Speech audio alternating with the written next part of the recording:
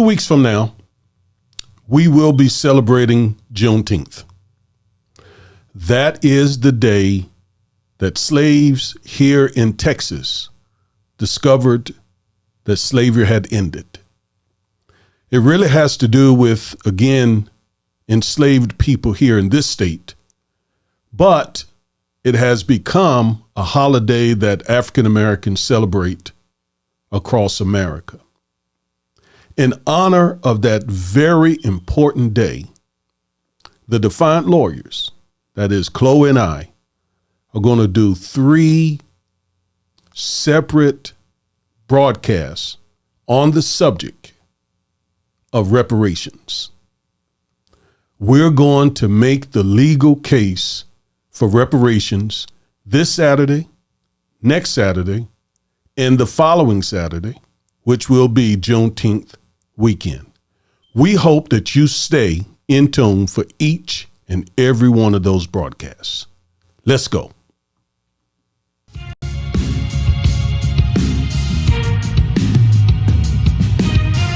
That Corbin and Corbett legal team fighting for the rights of the people. That father-daughter team investing in the youth when the system ain't treating them equal. Providing truth for our people, we able to reach them. So anytime you get accused for a crime and Lord knows you ain't do it, we here to get you through it. Exemplifying prudence and glorifying God, making sure you're compensated for other people's doings. Our vision is to be one of the best. We're small enough to focus on your matter throughout the neighborhoods of Dallas. Working constantly and making sure your rights are protected. A firm team of lawyers, aggressive, effective. A team that has your back in the courtroom. 2 well-spoken black lawyers in the courtroom. Investing time and resources when it's evident that you were treated wrong. Now you walking out of Dallas courtroom with a settlement. Corbin and Corbett, the father-daughter legal tag team that has your back in the courtroom.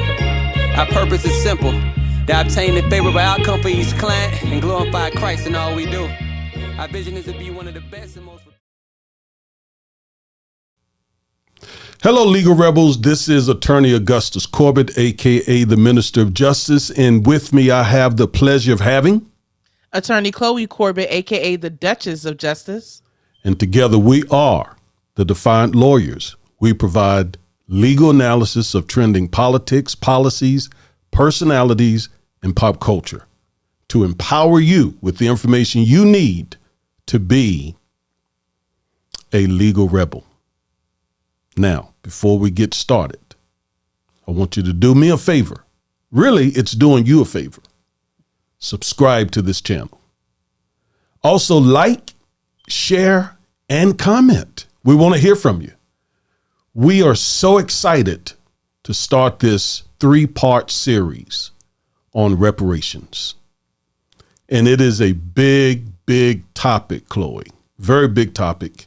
That's why we had it divided up into 3 different parts, because there's no way we could do this topic justice and do it in one sitting. And so we decided to divide it up in 3 parts. Today it's going to be somewhat of an introduction. Next week we're going to get into it. And the week after that, we're going to get into it as well.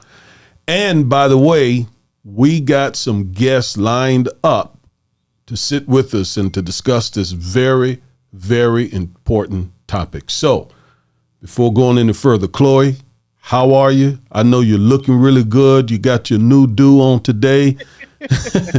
Somebody said if you look good, you feel good. Amen.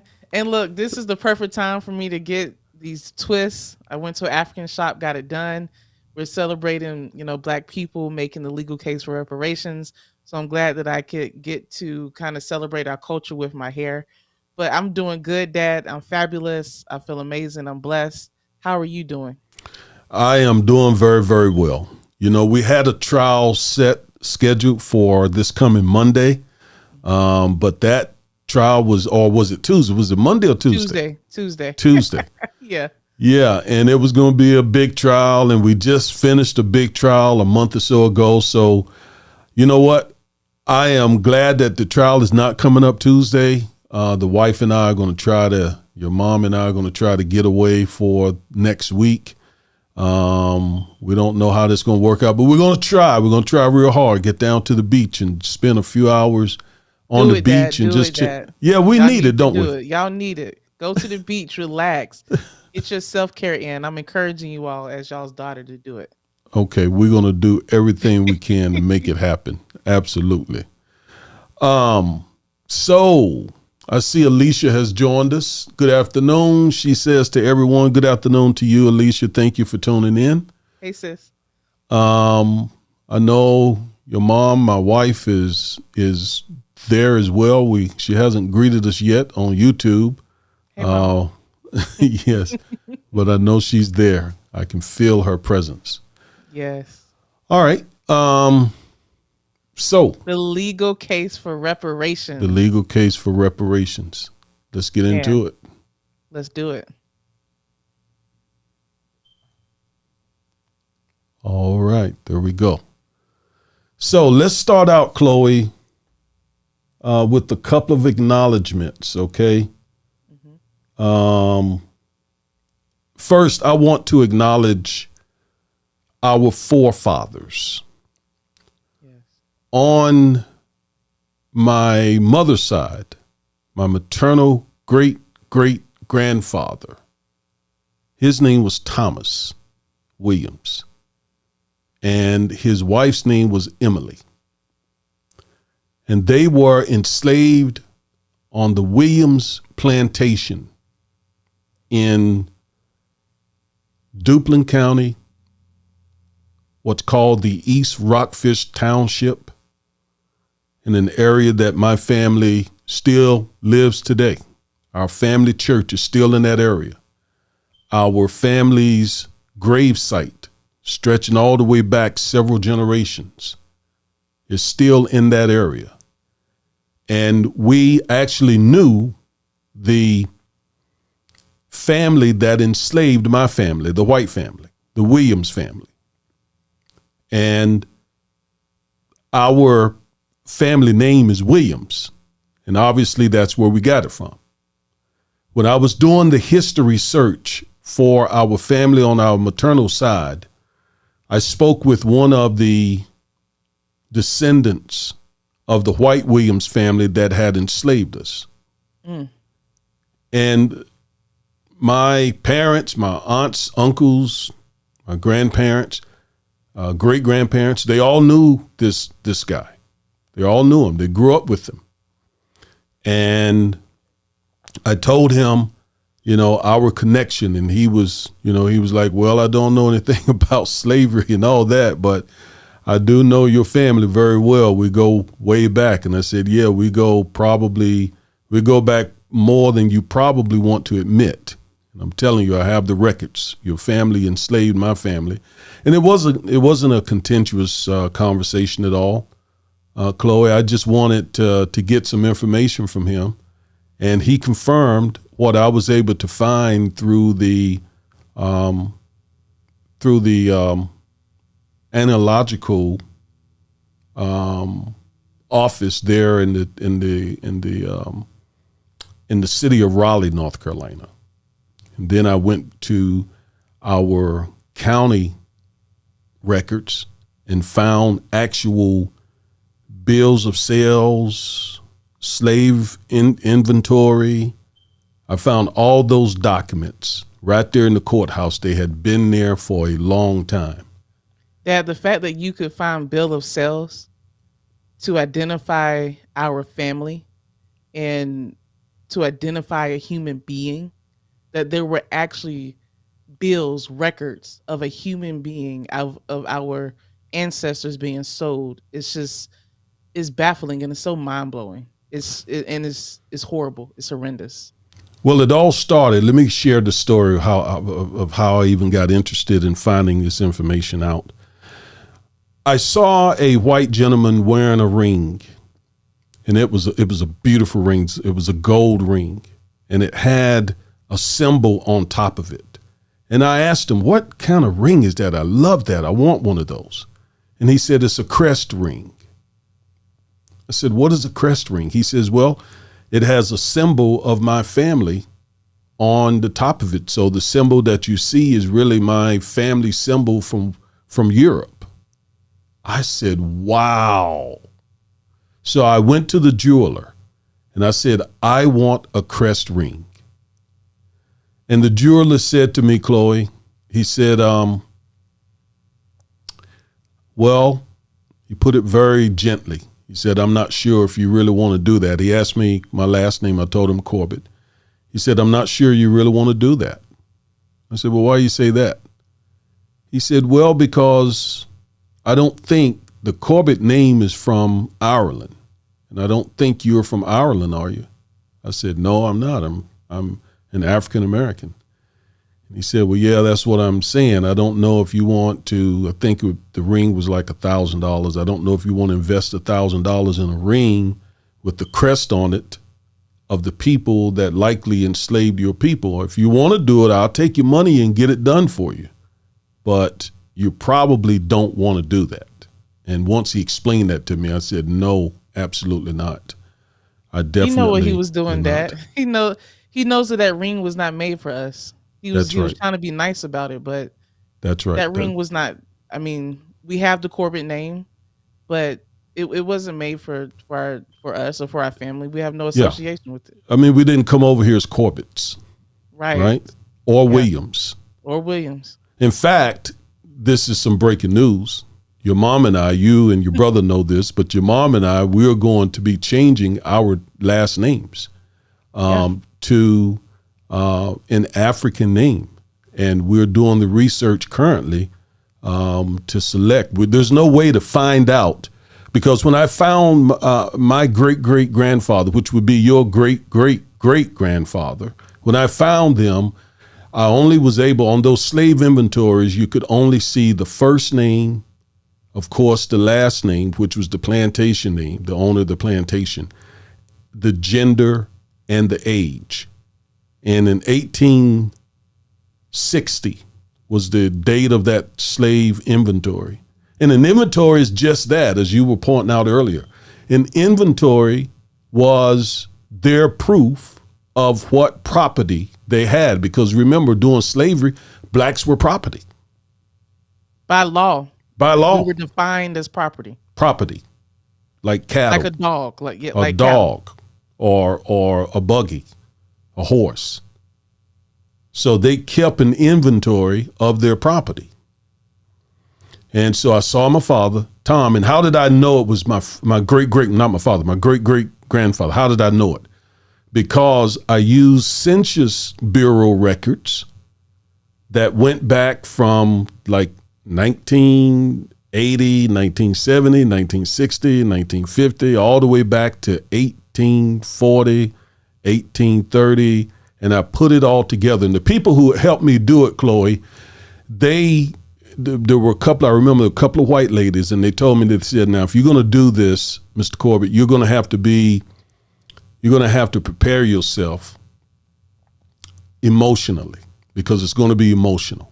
It's going to be emotional finding your family. And then it's going to be also emotional when you see these bills of sales. And they said, that's what you're going to have to look for. Here, we're going to help you with the Census Bureau records.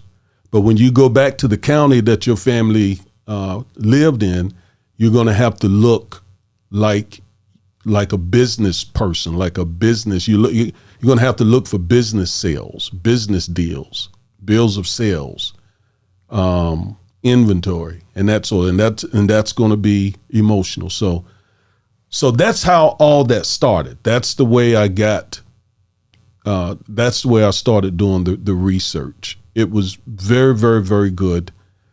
Again, I found my great-great-grandfather, Tom Williams, and he had a son named James Williams. My parents knew him. That was their grandfather. His name was Jim Williams. And he had a son, he had a daughter named Ella. And Ella had many children. All of these people had lots of children, but Ella was my grandmother. And So I remember great grandma Ella. yes, She didn't play. she She sure was did. a strong black woman. That's right. Ooh, Yep, she did not play at all. She told it like it is, like a lot of women of that generation. And absolutely. and you know what, Dad? Us going through our family history and how you were able to find that history using documents and bills of sales, that's given a context to our argument on why we believe African descendants of slaves need reparations. Our community needs it. The black community needs it because the government failed our ancestor Thomas Williams. The government failed his wife and his family, and the government failed millions of other newly freed black slaves and their children, but not repairing the hundreds of years of slavery that we were subjected to. So that's all of the context why we're going into this, on when we start making the arguments on why reparations is needed and why it's needed now. Yes. I also found through ancestor DNA, I also found my paternal great grandfather. I didn't know that side of the family. I didn't know my father until about 4 years ago. And I found them through ancestor DNA. And so, I discovered them. And by discovering them, I was able to find my great grandfather on my father's side, Brazil, last name Brazil. I remember Daniel Brazil. And on my father's side of the family, ironically, my DNA shows that in my DNA, there's probably about 15% European. Wales. You know what that means? Yeah, we know exactly what that means. In fact, my great grandfather, who was my grandmother's grandfather, was a white man. We have pictures of him. So we have white relatives. And you're right, we know exactly how that came about. So all of that context to get us started in this discussion on reparations. So, sorry. So the issue of reparations is a real issue. I need to get a little water, Chloe. Go ahead. Yeah, it's a real issue, and it's something that this country has been grappling with for so many years, and the government has done nothing to rehabilitate the black community, the descendants of slaves. There was an attempt, and we're going to get into the history of reparations. A lot of people have heard of the term 40 acres and a mule. We're going to break that down. But unfortunately, a racist president, in my opinion, Andrew Johnson, stopped that in its tracks. So now something needs to be done. We're going to get into statistics about the wealth disparity that is between the white communities and black communities. And why it exists. And why yes, it exists. The systemic racism that we're still dealing with as a people, all because this government has failed us and has failed to repair the evil that slavery put on our community. So let me do couple other things, and then we'll get off to the races. First, I want to acknowledge, Chloe, I think we all should acknowledge and thank every abolitionist during slavery, every abolitionist, black and white, every freedom fighter, every civil rights worker, everyone who did anything and paid any price, made any sacrifice to end the evil institution of slavery, and as well as the Jim Crow system. So I wanted to acknowledge and thank them as we lead up to Juneteenth. Yes. third, I want to thank and acknowledge the two people that we have on the screen. These two folks wrote, in my opinion, probably the very best book on the issue of reparations. The title of the book is From Here to Equality, Reparations for Black Americans in the 21st Century. Professor William Darity, Jr. of Duke University. He is the Samuel Du Bois Cook Professor of Public Policy, African and African American Studies, and Economics at Duke University. And his co-author, Miss A. Kirsten Mullen, is a writer, folklorist, museum consultant, and lecturer on topics including race, art, history, and politics. And again, they are the co-authors of just a tremendous book, From Here to Equality, Reparations for Black Americans and the 21st century. Also, lastly, want to thank and acknowledge the late Congressman John Conyers of Detroit, Michigan, who for years courageously sponsored a reparations bill in the U.S. House of Representatives each year, although it never got voted up, obviously, but each year he continued until his death to sponsor that bill. And then when he passed, Congresswoman from here in Texas, Congresswoman Sheila Jackson Lee, she picked up John Conyers' torch, and she has repeatedly offered that bill in the House of Representatives since his death. So I shout out all of those people as we get into this discussion. Yes. Thank you all. I want to thank all of them as well. So do we want to go into our definition of reparations? Well, first, let's talk about, there's so much talk about racial reconciliation, or at least there used to be. And I'm all for racial reconciliation, but there are some things that need to happen before racial reconciliation. Otherwise, if these things are not done in preparation of racial reconciliation, then we're only talking about black capitulation.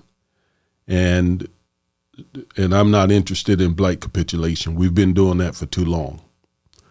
So racial reconciliation first requires recognition of the evil that has been done to African Americans.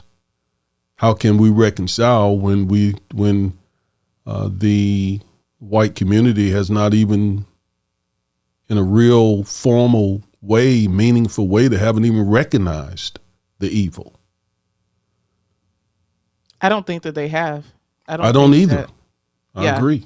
I don't think this government has properly recognized how atrocious and evil slavery was. In fact, those of us that bring it up all the time, Dad, where, you hear things like, well, that was in the past. And why are you so focused on what happened 200 years ago? Or, where are you at now? Why can't you pull yourself up by your bootstraps? All of that is not only is it not recognition, it's almost a denial about the evils of slavery. So this country hasn't even done the first step to try to reconcile what it did to the black community, which is unfortunate. We have joining us the political scientist. He or she says, good afternoon, everyone. Good afternoon to you. Thank you for joining us. Good afternoon. Osa DeHilla asked the question, what do you think proper recognition would look like? Very good question. Well, at a minimum, I would think that the United States government would formally declare that slavery was evil, that they would formally, in writing, apologize for it. That almost happened, by the way, back during Clinton's administration.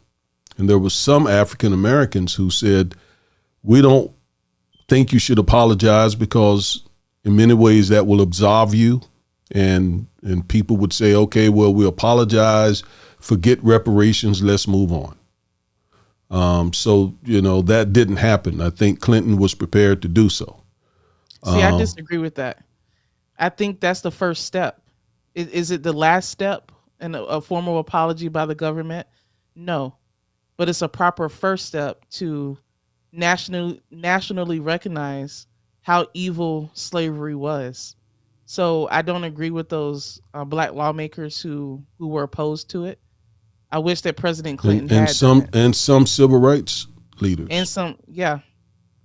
I wonder why President Obama did not bring the issue back up. Now, we know that a lot of black issues were not really at the foremost of his administration on a lot of levels.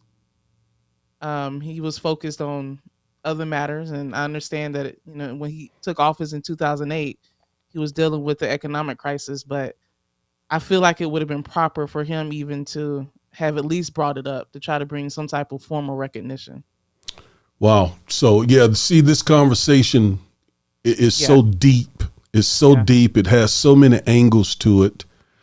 With Obama, the first 2 years of his administration, he had the Democrats control the House, the Senate, and of course the White House. But that only lasts for 2 years.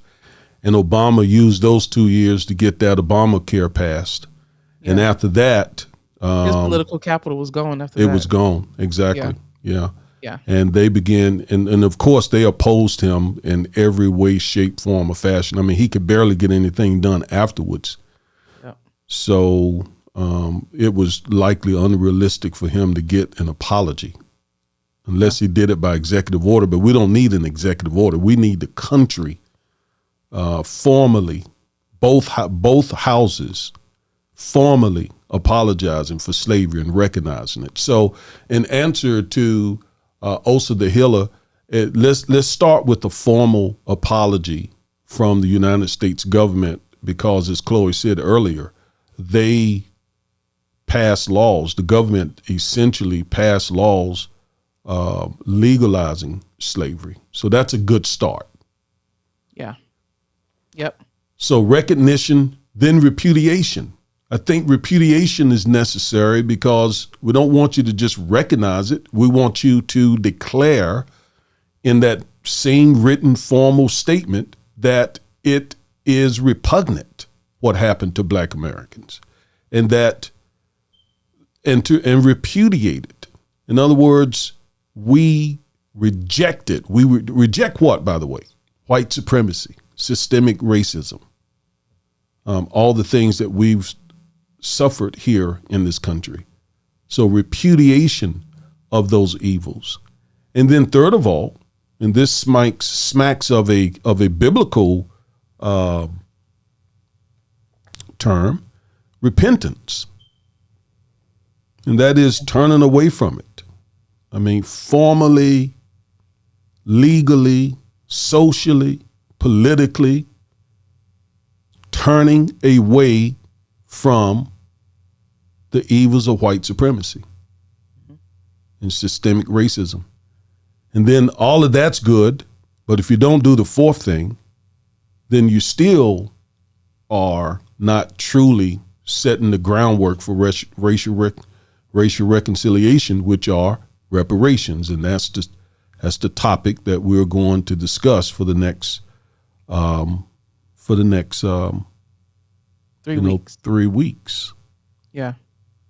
Because, okay, you recognize the evil, you repudiate it, say that it was wrong, and then you repent and turn away from it.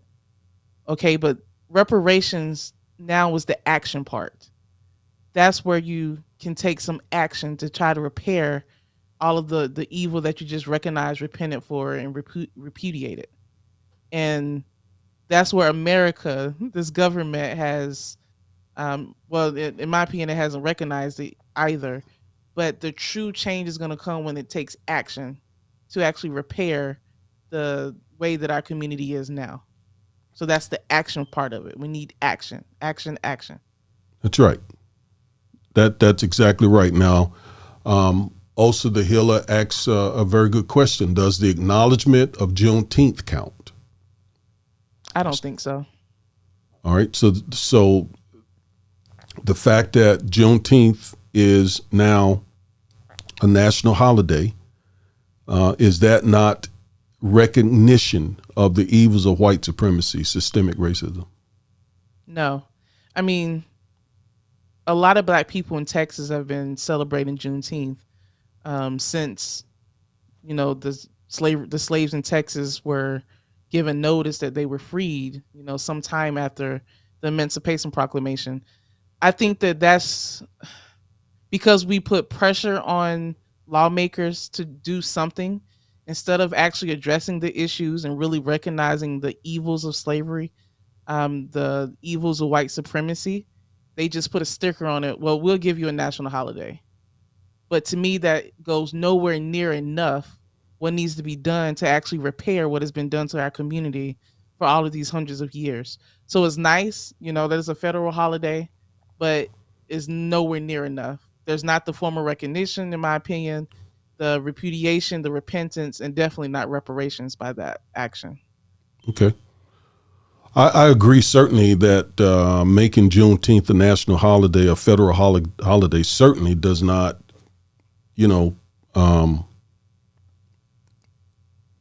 meet all these requirements: recognition, repudiation, repentance, reparations. I think Osa the Healer was asking, does the Juneteenth national holiday, does that satisfy recognition? Just that part. And I would say no, quite frankly, because the recognition part, again, at a minimum, requires a written apology. And I don't think that Juneteenth national holiday includes that. I know it doesn't. Yeah. So there needs to be a written recognition and apology for what the country has done to African Americans. Yeah. Thank you so much for the questions. These are wonderful questions. Great questions. Absolutely. All right. So, Chloe, next, let's talk about the biblical case for reparations. Now, this is not this is not a sermon or church service. This is the Defiant Lawyers. But the Judeo-Christian values is what this, in philosophy, is supposed to be what this country is about and based upon. That's what white conservatives tell us all the time, that the Bible is the foundation of this country. I dispute that strongly, but in fact, how can you have owned enslaved people for about 250 years and claim to be a Christian nation? Anyway,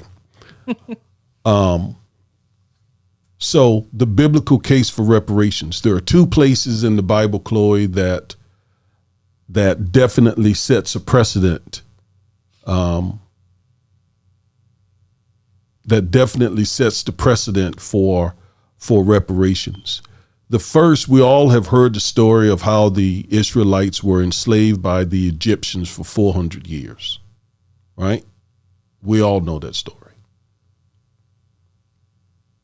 And there's a very good movie about it called The Prince of Egypt, too. Yes. Cartoon.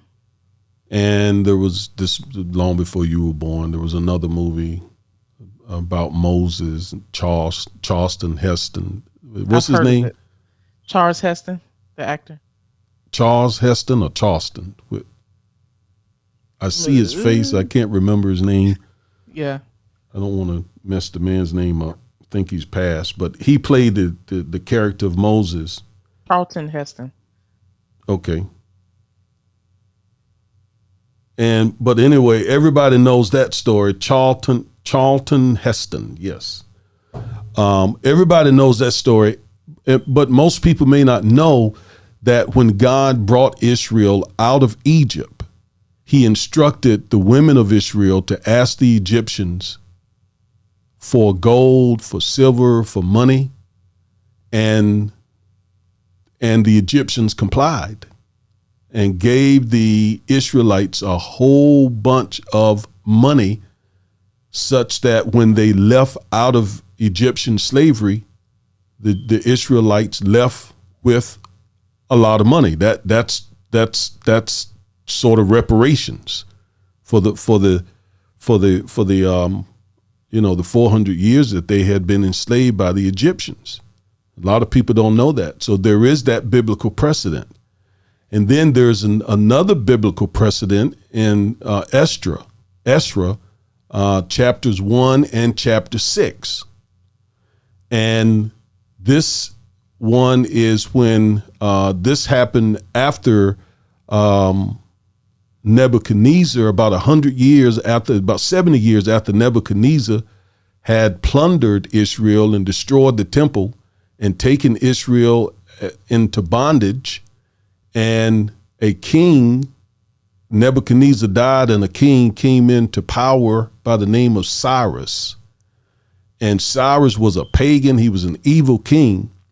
But one of the things that he did do was he issued a law requiring his country to rebuild the temple and replace the golden articles that were in the temple, which was somewhat of a reparations. And then after he passed, another king came into office. His name was Darius, and Darius did the same thing about 30 years later. This was about 3 generations after Israel had been taken from their homeland, and they went back. And so these 2 pagan kings passed a law and raised taxes to rebuild the Jewish temple and to replace what had been stolen.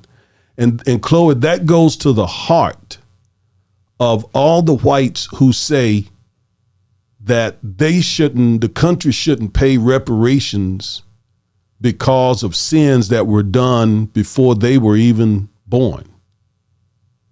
Well, in the case of Cyrus and Darius, both of those kings implemented that reparation program like 70 years, 100 years after they had done that wrong to Israel. So people had to pay, folks from their country had to pay taxes toward that reparation, although they were not even living when the evil was done. It's funny that you point that out because, America is supposed to be such a Christian nation, and so many people claim to be Christians and follow the Bible, but they probably don't even know that story or recognize that, in the Bible, there's a precedent for other communities paying reparations to God's people, to the Israelites. That's right. And then having, non-Israelites, the pagans, pay taxes to pay reparations to the Israelites as well. That's so right. This is not a foreign concept based on the very Bible that we follow, that a lot of white Americans claim that they follow. Yet when it comes to reparations with black people, they're completely against it. Yeah. That's the hypocrisy. So a lot of whites would say again, why should my tax dollars be used to pay reparations to blacks when I weren't even around? Well, there is the biblical precedent. There is the biblical precedent. And Chloe, like you said, so if this is such a Christian nation, then there is from the Bible several examples of people who had done no wrong to enslaved folks still being taxed to take care of the reparations. Yeah. Now, what will you hear today? Well, that's socialism. That's Marxism. That's unfair. That's unjust to us. We had nothing to do with that. Well, this king decreed it, both Darius and Cyrus, and said, you will do it because I've decreed it. It shall happen. So yes, there is a biblical precedent for reparations. Now, I think you've been trying to get to the definition of reparations, so we're there now. Yeah, because I want to make sure people understand what we're talking about when we're talking about reparations. What does that mean? What is reparations?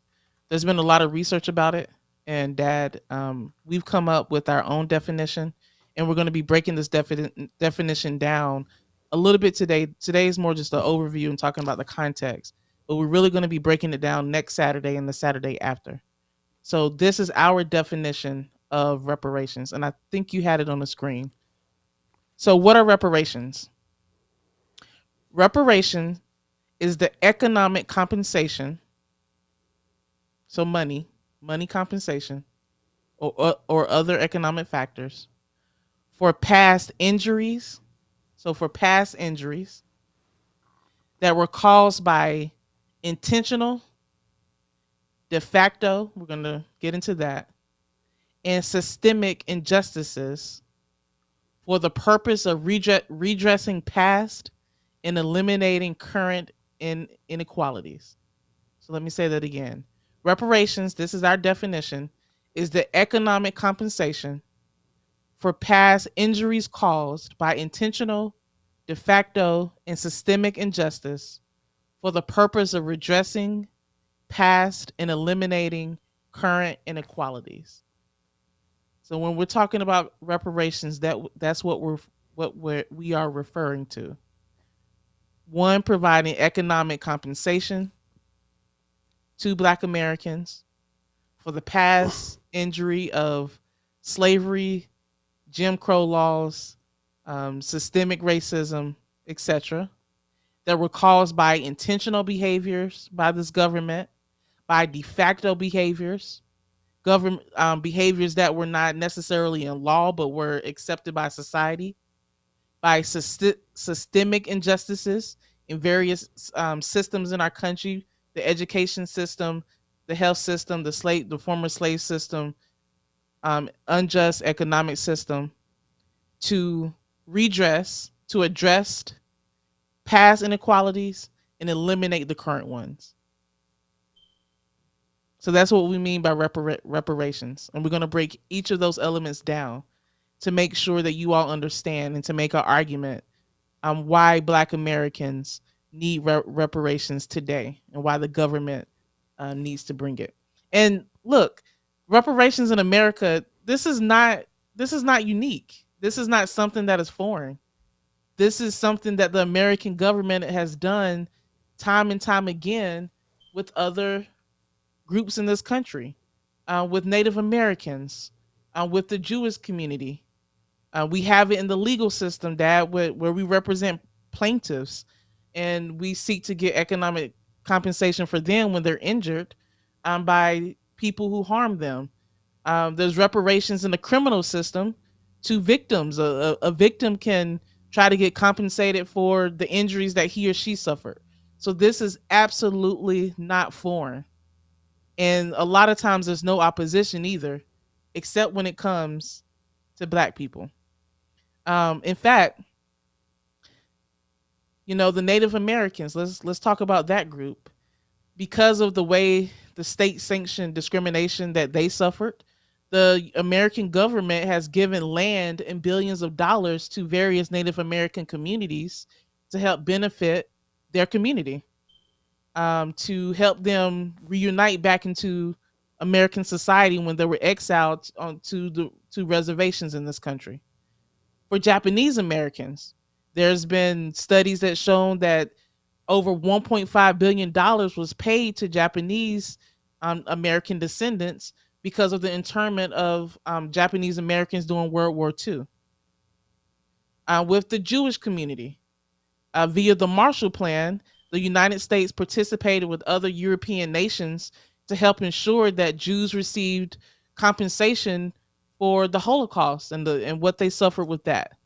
So it is not uncommon for our government to give economic compensation to various groups when they've suffered injustices. But what is common is that a lot of people, when it comes to Black Americans, oppose it. and we're the only group that has not been given true reparations. That's right. And also sterilization victims, a horrendous practice of of of doctors sterilizing largely African American women.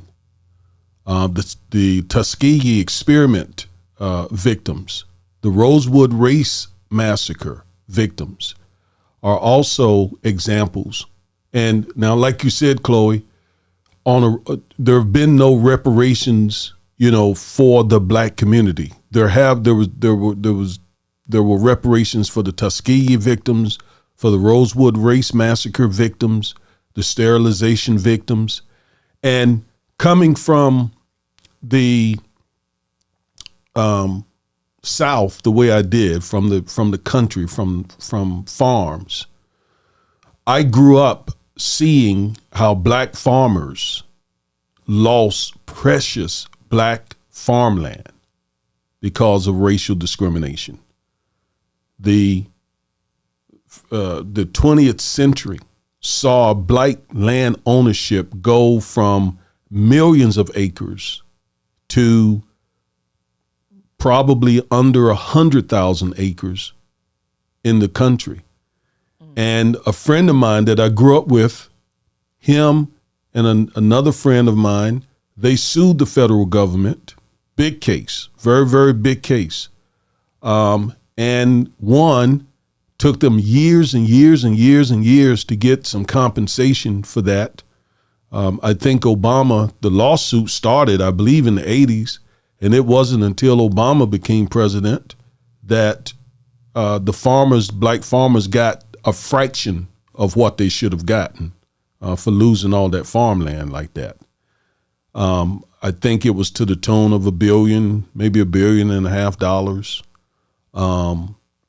But we're going to show you maybe next week when we look at the economic loss that black Americans have suffered, that it's way up there. It's in the trillions of dollars. We're going to give you an exact figure next week or the week, just in case people say, well, if the farmers got $1 billion and the Tuskegee experiment they got that and this and that, then isn't that reparations? That is a fraction of what African Americans are owed in this country. And doggone it, we want it. Yeah. We want it. And whether or not we want it. Oh. Well, go ahead. I'm just saying, I didn't go through introducing and talking about my family having suffered slavery just to take up some time. I'm telling you, this has been a real impact on African Americans. And even those who don't want it, Dad, we need it. I think that's the larger point too. Whether or not a black person feels like they want reparations, they're doing well. The community as a whole needs it. We need this economic compensation. We need the redressing and trying to eliminate current inequalities. So this is a necessity. It's not just a want either. It's necessary for us to get it. And at one point, right after slavery ended, the U.S. government was attempting and had promised reparations to African Americans. We were promised economic compensation for slavery. Did we get it? No, we didn't get it. Why don't you walk us through that, Chloe, and tell us a little bit about those promised reparations that we never got. And that's going to be probably all that we get to today. And we'll pick up next week on part 2 and the week after that with part 3. Yeah. So we were promised 40 acres and a mule. We never got it. Slavery ended in the United States in 1865, as I'm sure our viewers know, with the end of the American Civil War and with the ratification of the 13th Amendment, which stated that neither slavery nor involuntary servitude, except as a punishment for crime, we talked about that, whereof the party shall have been duly convicted, shall exist within the United States. So once we got the 13th Amendment and with the end of slavery, slavery had ended. In for if you were not convicted of a felony, and at that time, over about 4 million Black people were set free. So what we were gonna do with this new community of people who had been enslaved for hundreds of years, and now millions of Black people are in on this land, free, and trying to integrate into American society. So that's where a Union general by the name of William Tecumseh, he had a meeting with some prominent Black pastors in 1865, right before the Civil War ended. And he asked these pastors, okay, what needs to be done to make sure that the Black people that are now going to be freed, to make sure that they're integrated, they can stand on their own 2 feet, they have economic compensation they can provide for themselves. And after that meeting of several days with these Black pastors, they came up with a plan, and it was called Special Field Order Number 15. And what it did is it confiscated some coastline from South Carolina all the way down the coast of Florida. So it took those lands from the Confederate side, and they were to be given to the newly freed slaves, African Americans, for them to live on, for them to grow their crops, for them to build houses, and for them to start anew. So that land was taken from the white Confederate people who had just owned slaves, and it was given to Black people.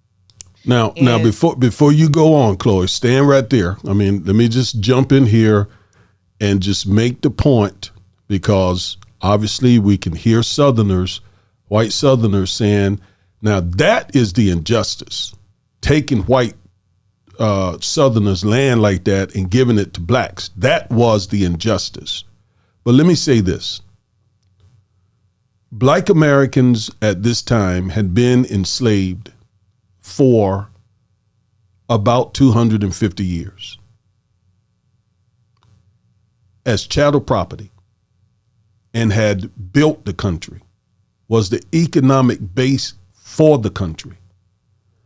All the wealth, the glory of the United States empire was built on the backs of these Black people, and they owned nothing. And so then to end slavery after the Civil War and not give these folks anything to repair their lives was another cruelty that Lincoln and some of the others on the Union side were trying to straighten out. And I just wanted to emphasize, before anybody jump in and say, well, that was the injustice. Was it right to take these white people's? Look, Black folks had worked that land, had built that land, had cultivated that land, had earned lots of money unjustly from that land for white enslavers. So yes, it was right to do so. Go ahead, Chloe. That's such a good point, Dad. If it weren't for Black people, the economy in the South, there would be no economy in the South. That's right. There would be no farms that would be cultivated. There would be no cotton industry to make the clothes that Americans were wearing. Been no White House, no U.S. Capitol building. All of that was built on slavery. Working those lands, working those same lands. And in addition to that, the Confederate States, they betrayed this country. They went against this country. They went against the United States Constitution. So we always hear people say, believe in the Constitution. Let's follow the Constitution. America is the greatest society. Those Confederate States, they chose to go against the Constitution, and they chose to go against this country. So yes, I believe that it was right for the American government to give the very land that Black people worked themselves and created most of the Southern states' economy on to them. And that's what it did in this order. So over 400,000 Well, acres that's what of it land. intended to do. Well, that's what it intended to do. It did it for a little bit, for a few months. So there were black people that moved on that land for a few months. Oh, okay. I wasn't aware of that. Yeah. Yeah. So with that order, over 400,000 acres of land was taken from these slave owners, given to black people, and about 18,000 former slaves settled on the land. And the way that 400,000 acres of land was going to be divided was, Well, hold on, Chloe. That's information I didn't know. Okay. All right. So approximately 18,000 former slaves did receive that promise They did receive that promise. of the 40 acres. What about the mule? Not the mule, Okay. the 40 acres. All right. That's what I remember. But they were able to start to settle on the land and start to cultivate it. Okay. All right. And were they able to keep that land until, like I said, until the 20th century when they were able to steal it all back? Were they able to stay on that land or doing not reconstruction, but redemption? Were they driven off that land once Lincoln was assassinated? They were driven off the land by President Andrew Johnson. He revoked the order. And when he revoked the order, the people, the former slaves, were driven off the land? They were driven off the land and was given back to the white people, the white Southerners. Okay. Yeah. Okay. Yeah. Thank you for explaining that. Yeah. So that 400,000 acres of land, that was going to be divided between the new slaves that settled on that land. And every former slave was going to be given 40 acres of that 400,000. I think you mean every former slave family, right? Yeah, slave family. Okay. So it was going to be divided up and given the 40 acres and a mule. Like I said before, some former slaves did settle on the land for a few months. It did go into effect. But when President Andrew Johnson came into office after President Lincoln was assassinated, he completely revoked that order. And keep in mind, President Johnson was the one who was known for the Native American Land of Tears, for forcing all of the Native Americans to go to Oklahoma and, the reservations and just cause hundreds of thousands of lives to be taken by Native Americans. So he was not a friend to racial equality whatsoever for African Americans or Native Americans. So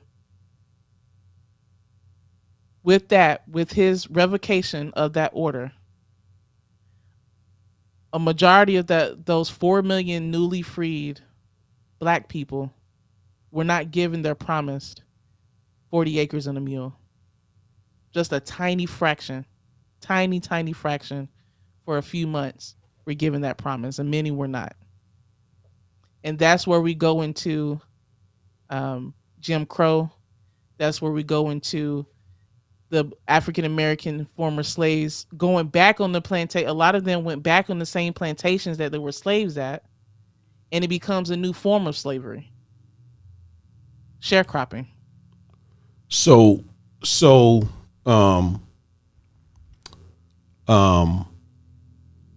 two things. One, I looked here on Facebook and I saw several comments from folks here that we were looking at YouTube comments. Let me just go through several comments. Hey, Facebook fam. Absolutely.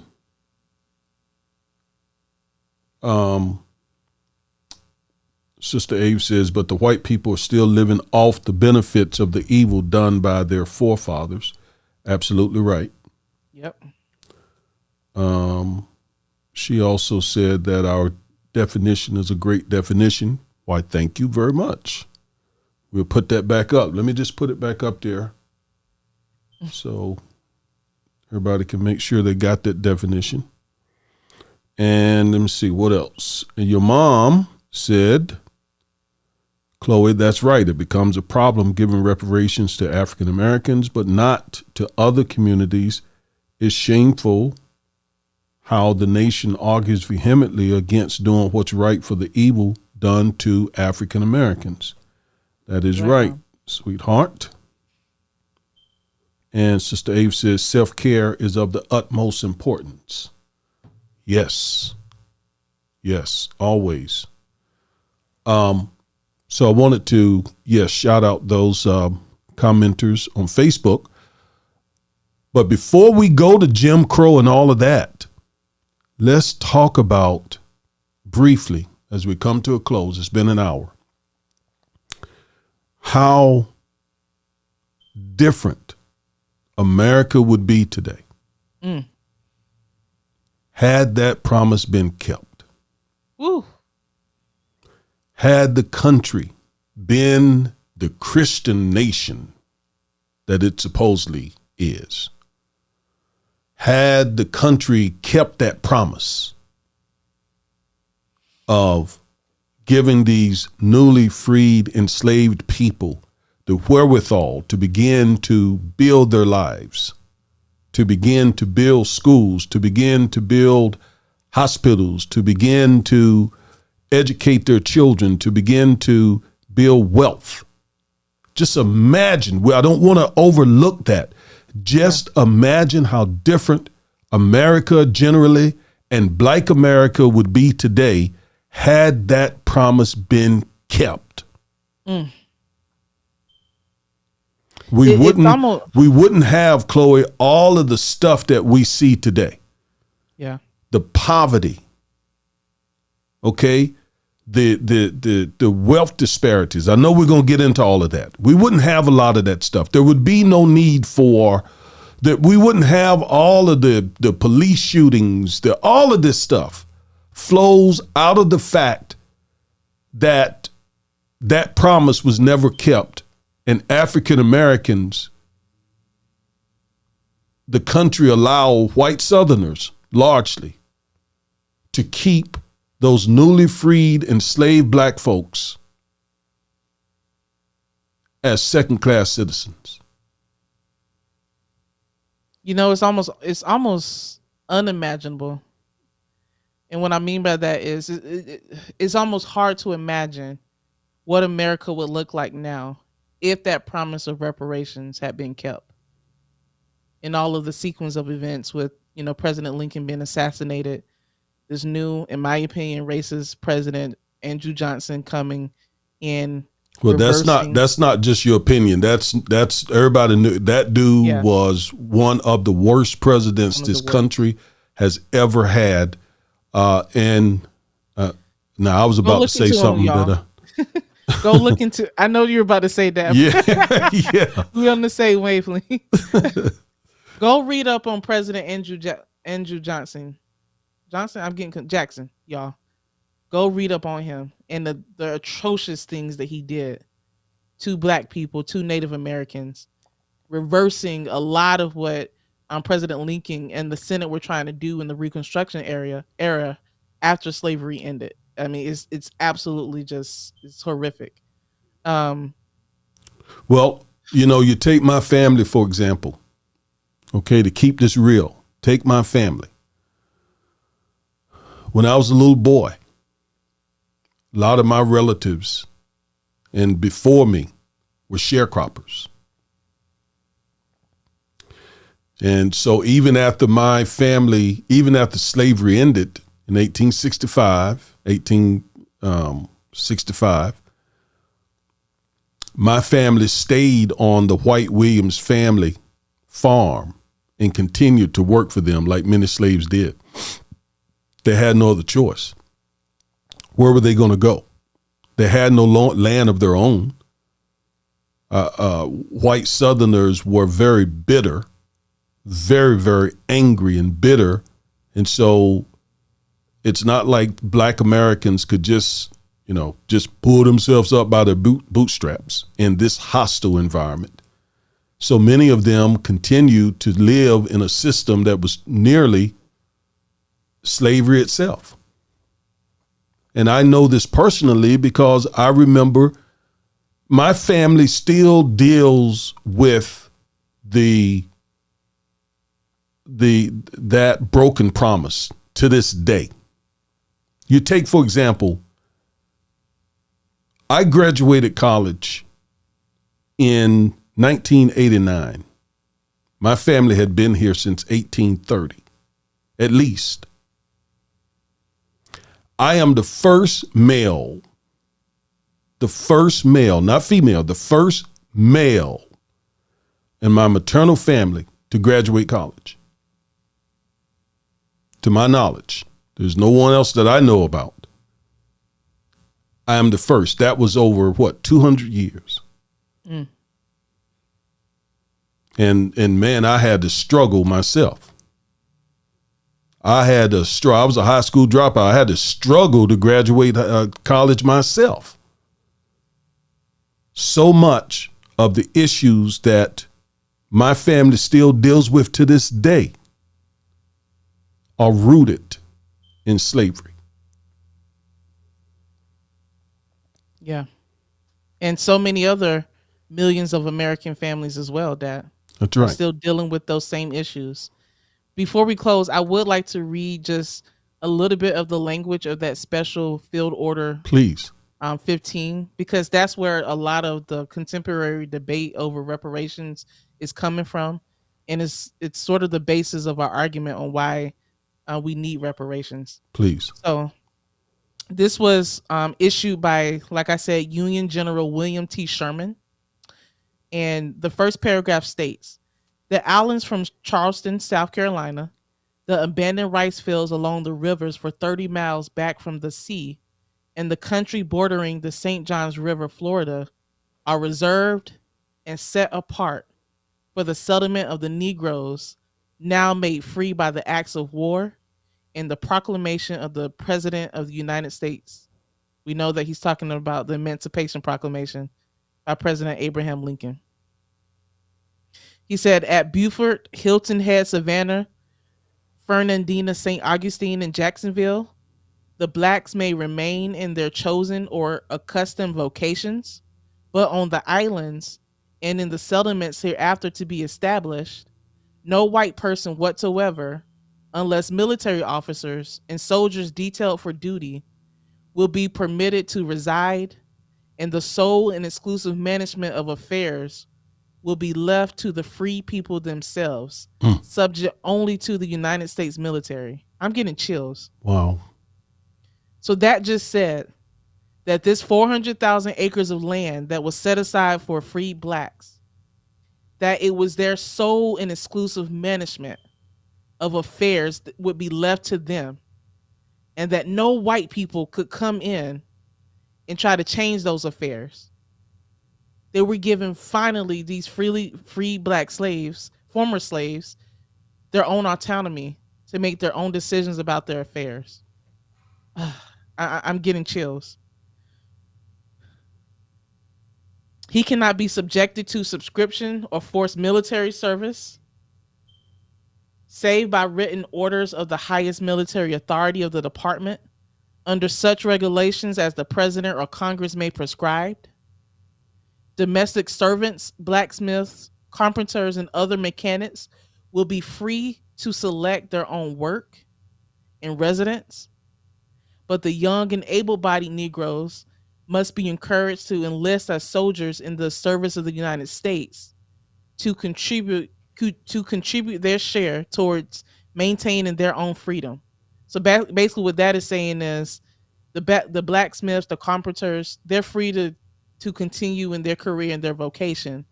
But the younger African-American men, the president wanted to join the union to help make sure that they remain free, that the black community remains free. I'm going to go down to the last paragraph.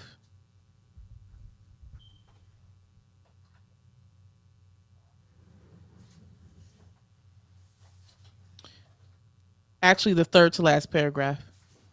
Whenever 3 respectable Negroes, head of families, shall desire to settle on land, and shall have selected for that purpose an island or a locality clearly defined within the limits above designated, the inspector of settlements and plantations will himself, or by such subordinate officer as he may appoint, give them a license to settle such island or district, and afford them such assistance as he can to enable them to establish a peaceable agricultural settlement.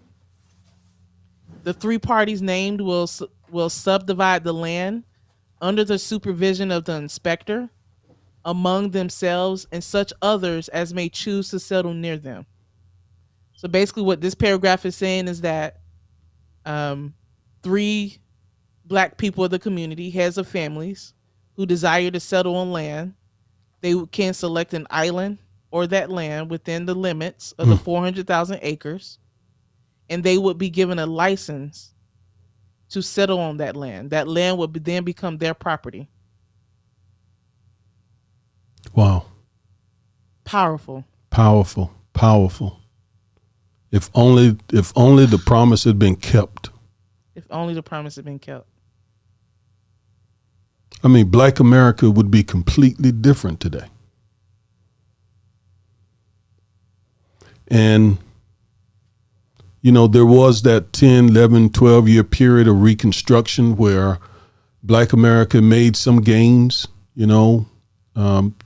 First black senator, there were several folks sent to Congress, Black American Southerners sent to the Congress. And then redemption started.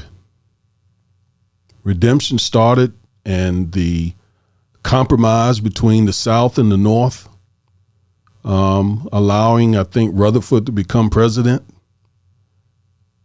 allowing Southern states to once again implement their racist, white supremacist agenda, and as a group of people, we haven't been able to rebound from that. And, you know, you hear conservatives, including black conservatives, saying, oh, so what? Why are you all focused on slavery? I've had black people to tell me that. You all just so focused on slavery. So focused on slavery. Get over it. I mean, black people, Chloe. Black conservatives, just get over it. Well, if only it was that simple. Yeah. And people don't say those kinds of things about other groups of folks who have gone through what Black Americans have gone through. They call it victimization. You know, they say that we are pushing victimology by making the case for reparations. Imagine them saying that to a Holocaust survivor. Exactly. Or a Jewish person. Just get over it. That happened almost 100 years ago. Just get over it. That would be it would be anti-Semitic. Anti-Semitic. It would be unconscionable. It would, oh wow. The Jewish community would rise up in tremendous anger if such a thing was said. By the way, Sister Ave said, she said what we were thinking. She said he was referring to Andrew Jackson, the worst president outside of President Trump.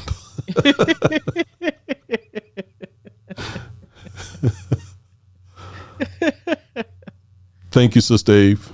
Thank you. So, yeah, go ahead. I mean, you just really laid that out. It was a promise unkept. And in the words of Martin Luther King Jr., it's time for us to cash that check. Wow.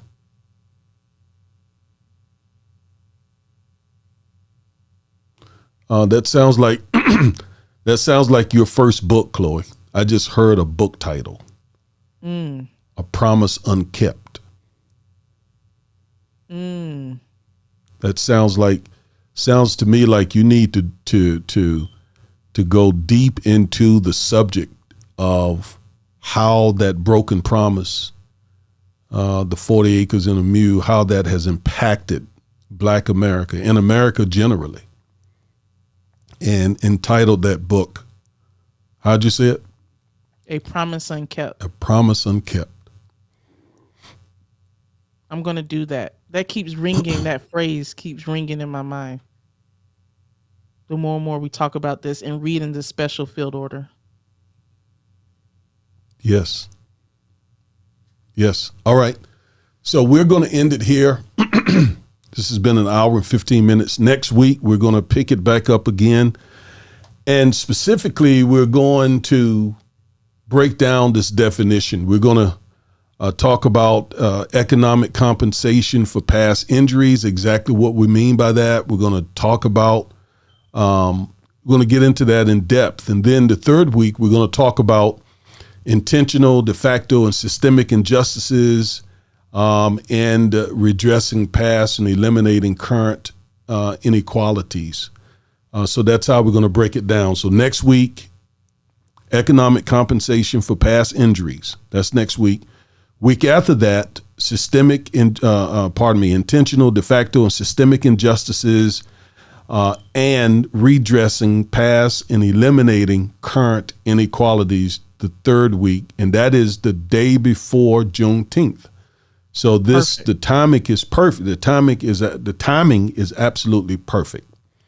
Yeah. So Chloe, we appreciate all the engagement. We appreciate all the commenters, the Legal Rebel community, both on Facebook and YouTube, for tuning in today and spending this time with us. This is very, very important work. Thank you for your contribution to this today. It made it just that much more special, as you always do. You take it to another level. So yes, we couldn't do it. I couldn't do it. We couldn't do it without your contribution, without your help. So I thought I'd just sort of throw that in there. Well, thank you, Dad. Yeah, it's my pleasure. Yeah. It really is. Thank you, community. Thank you, Legal Rebels. Oh, I just heard that. Okay. Hallelujah. Well, that's it, guys. We'll be back next week for part 2 on us making the legal case for reparations. We're going to be discussing the economic compensation for past injuries. We're going to give you a lot of details, information, and facts to keep it entertaining. We appreciate you for tuning in today, and we will see you all next Saturday.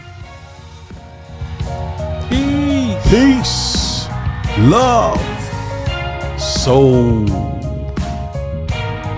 All the folks who used to watch old school Soul Train, remember Don Cornelius saying that.